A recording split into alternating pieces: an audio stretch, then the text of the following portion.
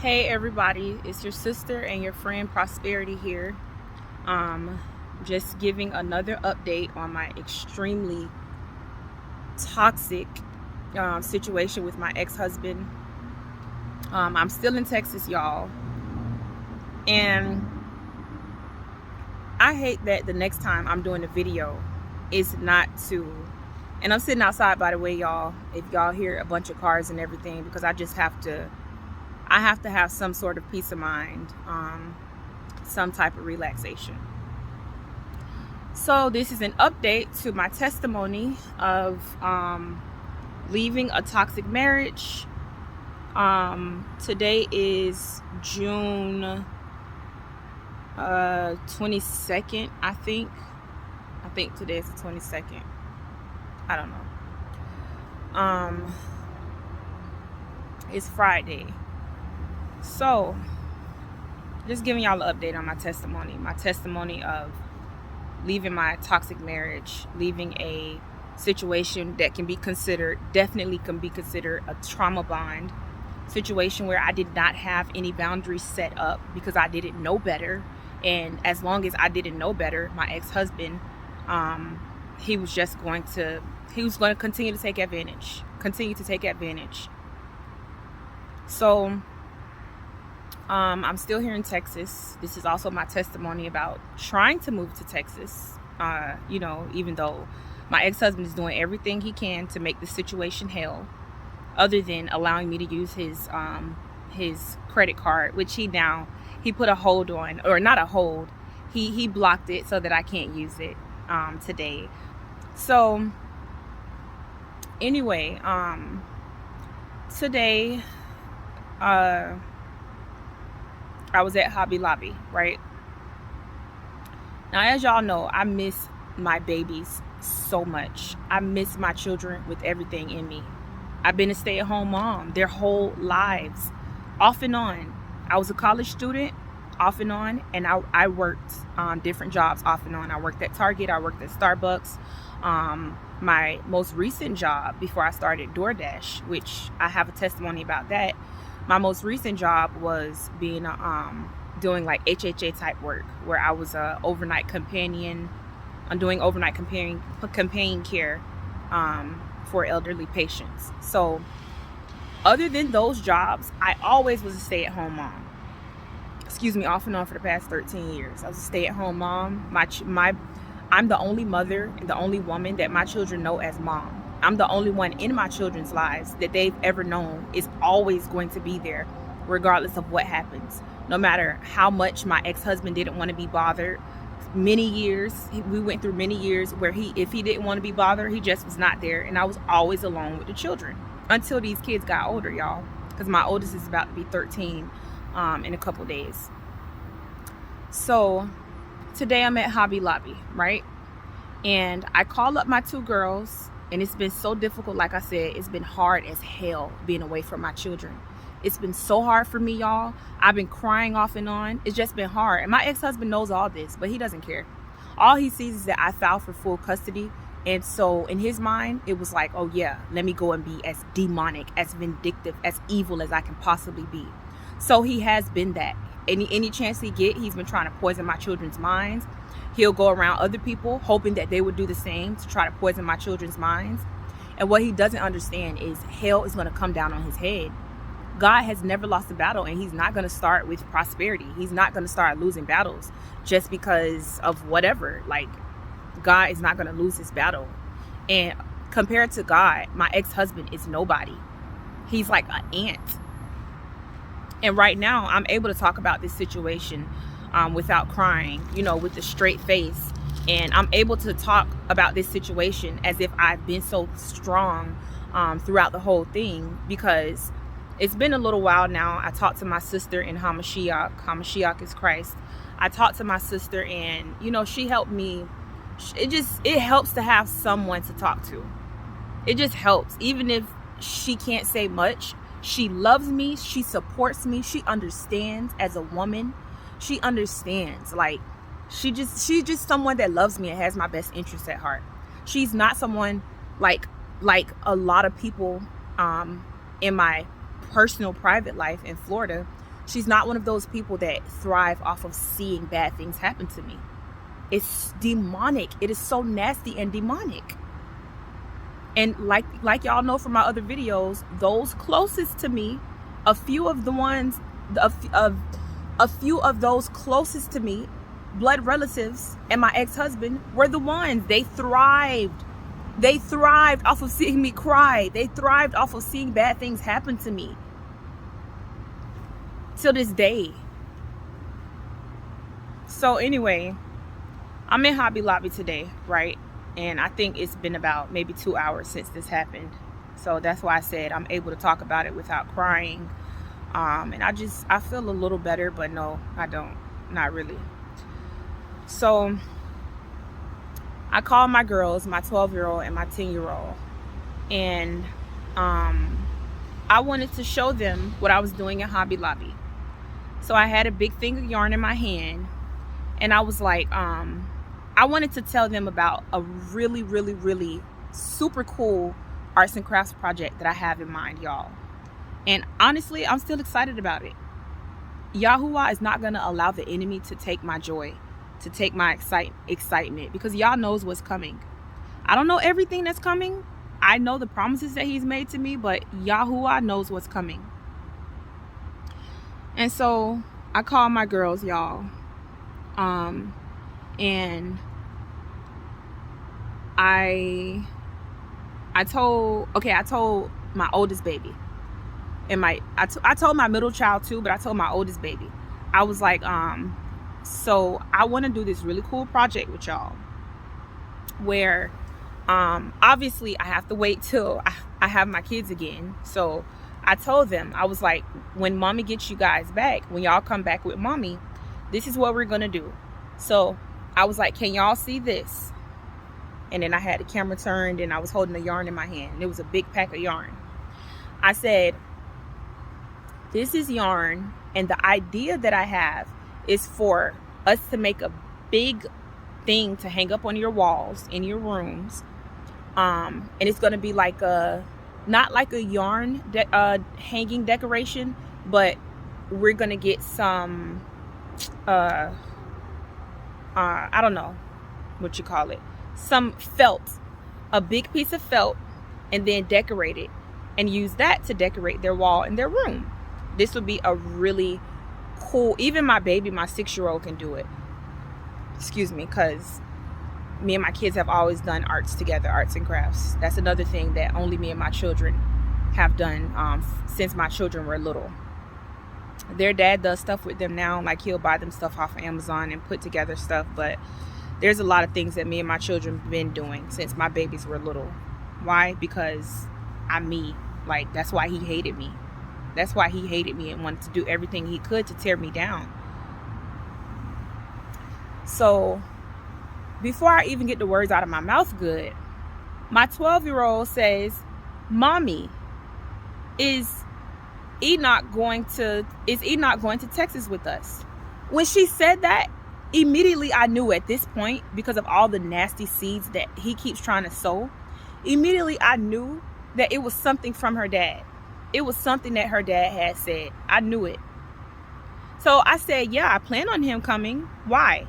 She was like, oh, because daddy says that he's a boy and he needs to be with his dad, and daddy said he's gonna do everything he can to fight, and this and that. So y'all,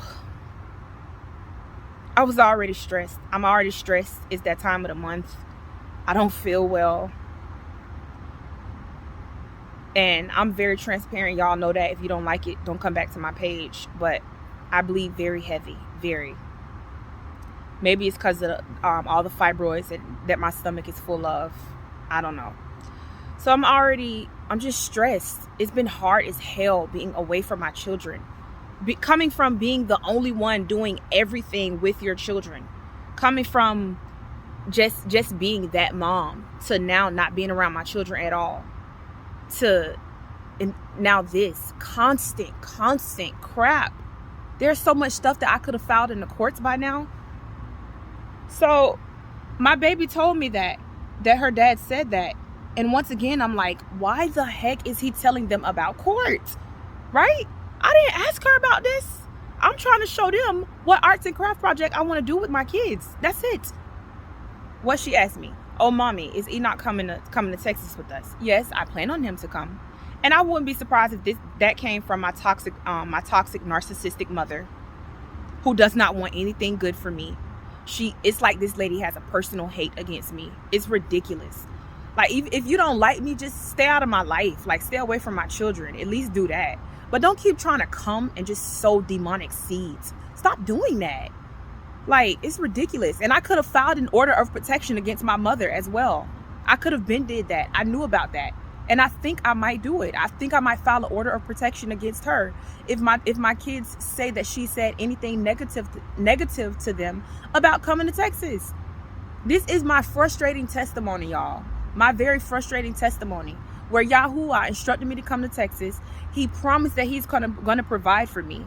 There's some promises that he's made me that I'm not comfortable releasing right now. But I tell y'all a little bit, he promised that he's going to financially bless my socks off so that I will be able to provide for me and my children. And I'm going to tell y'all that part. So when the financial blessing comes and I have a new house and all these haters and these naysayers, my husband's sister, my ex-husband, excuse me, y'all, my ex-husband's sister, my mother, whoever else wanted to hate on me and badmouth me, when all these people see how blessed me and my children are, they won't have a choice but to shut up and just sit down and be quiet. And then they'll be like, oh my gosh, what did she do to... I was very faithful to Yahuwah, and y'all constantly kept falsely persecuting me, constantly. So anyway, I'm gonna get back to the point, y'all. Actually, all of this is the point. Everything that I'm saying right now, it all has something to do with each other. So my 12-year-old told me that, and I was just like, bro, I'm already so stressed in my head. I'm already so stressed, like just tired, honestly, just mentally tired. I was mentally tired in Florida, so of course I don't want to keep catching hell while I'm here. So I text my ex-husband and I told him, I was like, I'm already dealing with enough stress, and you keep on and keep on and keep on. That's all I said. Oh, and then I said, and I'm a mother. He said, and I'm a father. Yeah, but you didn't give birth to those children. You didn't carry those children for 10 months. You didn't get dogged out while you was carrying the children. Listen, y'all, my testimony is extensive. You wasn't married to a man who was making you feel so ugly, constantly lusting after this woman and that woman, creating dating account after dating account, being nasty, lustful, sluttish, whorish, while you carrying these children, and you still cooking and cleaning behind this man and trying to take care of each child that you're giving birth to. But you're a man, you're a father. Many times during those years, he didn't even want to be bothered. He did not want to be bothered, and when he didn't want to be bothered, everything always fell on me, 100%. That's why that's why I'm losing respect for my mom too, because how can a woman call herself a woman and she hate on a real woman to that extent? I'm starting to have people tell me that my mother is jealous because she could never be the type of woman that I have been for my children. I never wanted to believe that, and I never had that kind of mentality. I never thought that kind of stuff. Like, I never thought that way. Like, no, like, for real? No, I don't think so. Well, it's seeming like that now. It's really seeming that way. You know what I'm saying? I have been overly dedicated 130% to my position. My position when I was that man's wife. Even after his wife, still letting him have sex with me because I didn't know better. I didn't know that I should have been setting up better boundaries. I didn't want to have sex with this man, but this man telling me that I'm his wife, making me feel obligated, like almost like he feels like okay. So this is the thing. It's like he talked to me like I was obligated to still have sex with him. That was his excuse every single time. I would say, so you're not okay doing this, you're not okay doing that, but you're okay with having sex with me? And you know what he said? Every time I said that, when I started saying that, he says, oh, because you my wife, because you still my wife, you still my wife. And it's a lot of common sense, y'all. I still feel like I lack. I feel like I still lack a lot of common sense, because some women, when I tell them my testimony, they're calling things out like this, things that honestly they're opening my eyes to. They're helping me see these things, and it makes me feel like I'm dumb, but at the same time I know I'm not dumb. I've always been very smart. I just don't catch things as fast. But I'm grateful because I have the Holy Spirit, and there's a lot of things the Holy Spirit has revealed to me a lot of times, especially when I was still married to my ex-husband, that he would wonder himself, wow, how does she know this? How does she know that? Because I dream. God gives me dreams, and I have the Holy Spirit. I hear from the Holy Spirit. I hear from God. So this happened in Hobby Lobby, y'all, and I'm trying to tell that, but it's hard to talk about that without talking about all the other crap surrounding the situation. So in Hobby Lobby, let me turn to the light, maybe y'all can see me better. So in Hobby Lobby, I'm in Hobby Lobby while all this is, taking place. And I was so excited about going to Hobby Lobby, y'all, because I'm making some little cute things for my kids to mail to them. And I wanted to put some of the stuff in the next video that I recorded, but I guess I'll make another video and show y'all what I'm sending my babies. Because I've always loved to doodle. I've always loved to do arts and crafts. And I honestly, even doing the arts and crafts, that house in Florida that I had with my ex-husband, I have so many arts and crafts piled up. Excuse me, because I was so mentally drained and worn down that I just wasn't I wasn't even able to do that. And there's a lot of things since I've been here in Texas, those things have begun to break off of me since I've been here, because that deliverance is taking place. I could not be delivered being stuck in Florida with this man constantly coming, having sex with me. I could not be delivered that way. And I knew it, but I felt trapped. You get what I'm saying? I felt trapped. I felt like a demonic stronghold that I could not break out of like I wanted to. And I was praying and fasting. But I've been fasting much more extensively since I've been here in Texas. So yeah. So I texted him on WhatsApp and I just said that. And he responded, he was like, and I'm a father. And I'm like, and I said, okay, I'm not going to say anything else. So that's what I told him. I said, I'm not going to say anymore. So then while he texted me this, after I said I'm not going to say anymore, I was still on the web call with my 10-year-old. I could hear him in the background. I have to talk louder so y'all can hear me. I could hear him in the background, almost like he was yelling at my 12-year-old. And he was like, oh, it's not your fault. It's not your fault. You're 12. You're 12. If he had an issue with anything that I said, why not come to me? Why are you going to my baby? My child's